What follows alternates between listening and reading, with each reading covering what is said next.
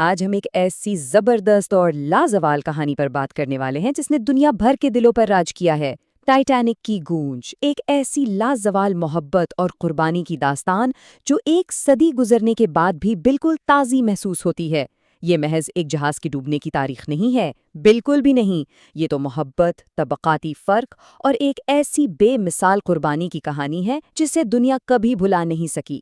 تو چلیے اس جائزے کے ذریعے ہم ان حقائق اور جذبوں کو ذرا قریب سے سمجھتے ہیں جنہوں نے اس داستان کو ہمیشہ کے لیے امر کر دیا۔ پہلا حصہ، نہ ڈوبنے والا جہاز، امیر اور غریب کے لیے 1912 کا یہ عظیم شاہکار۔ ذرا سوچئے، اس دور میں یہ کسی تیرتے ہوئے شہر سے کم نہیں تھا جس میں دنیا کے ہر طبقے کے لوگ موجود تھے۔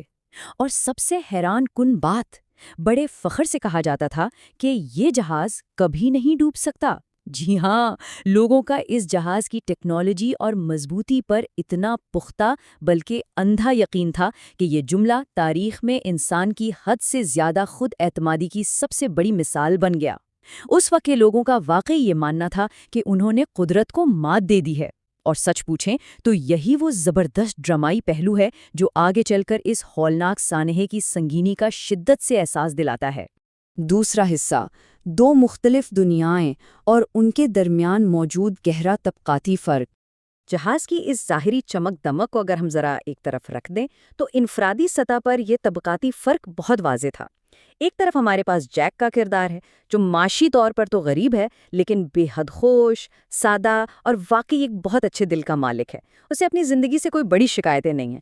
دوسری طرف روز ہے، وہ ایک انتہائی امیر خاندان سے تعلق رکھتی ہے لیکن اتنی دولت کے باوجود وہ اندر سے بالکل خوش نہیں ہے۔ اس کی زندگی سخت پابندیوں میں جکڑی ہوئی ہے۔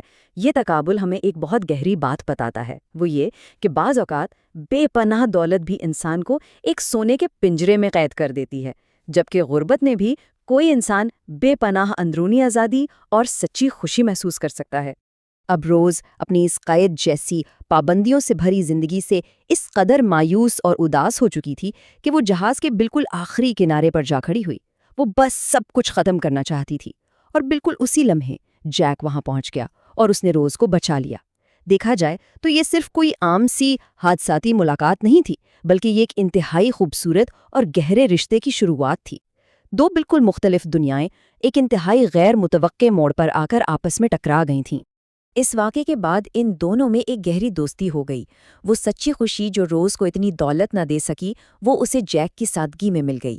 جیک نے روز کو کھل کر ہنسنا سکھایا، اسے پہلی بار یہ احساس دلایا کہ حقیقی آزادی آخر ہوتی کیا ہے، اور سب سے اہم بات، اس نے روز کو زندگی سے محبت کرنا سکھایا۔ روز جیک کی اس بے تکلف سادگی اور صاف دلی سے پوری طرح متاثر ہو چکی تھی۔ سچ تو یہ ہے کہ جیک نے اسے صحیح معنوں میں جینا سکھا دیا تھا۔ تیسرا حصہ، برفانی پہاڑ سے ٹکراؤ، ایک انتہائی خوفناک رات۔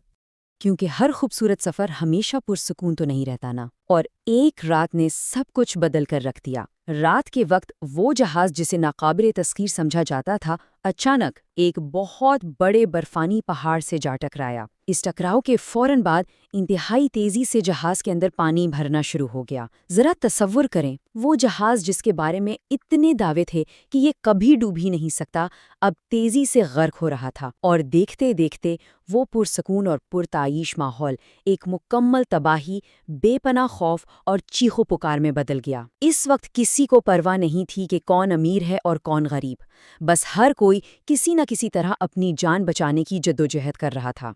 چوتھا اور آخری حصہ، عظیم ترین قربانی، جمتے ہوئے پانیوں میں محبت۔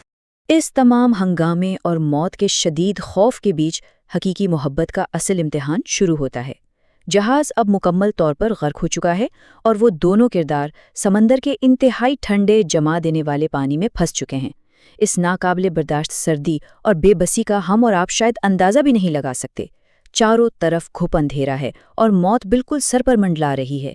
یہ وہ کٹھن مقام ہے جہاں انسان کی اپنی بقا کی جبلت اور اس کی محبت کے درمیان ایک انتہائی دردناک اور حتمی فیصلہ ہونے والا تھا۔ اس جمے ہوئے پانی میں تیرتے ہوئے لکڑی کے ایک تختے پر صرف روز کے لیے جگہ تھی۔ وہ تختہ کسی صورت دونوں کا وزن نہیں اٹھا سکتا تھا، اور اسی مقام پر جیک نے ایک فیصلہ کیا۔ اس نے پانی میں ہی رہنے کا فیصلہ کیا اور اپنی جان کی قربانی دے دی تاکہ روز اس تختے پر محفوظ رہے اور زندہ بچ سکے۔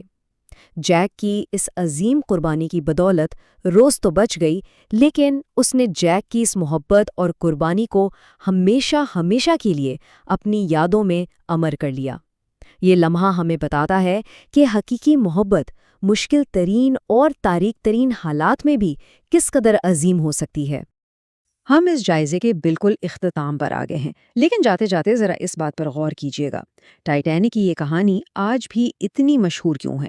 کیا یہ صرف اس لیے ہے کہ ایک بہت بڑا ناقابل تسخیر جہاز ڈوب گیا تھا، یا پھر یہ جیک کی اس انوکھی اور گہری قربانی کی وجہ سے ہے جس نے یہ ثابت کر دیا کہ سچی محبت موت سے بھی زیادہ طاقتور ہوتی ہے؟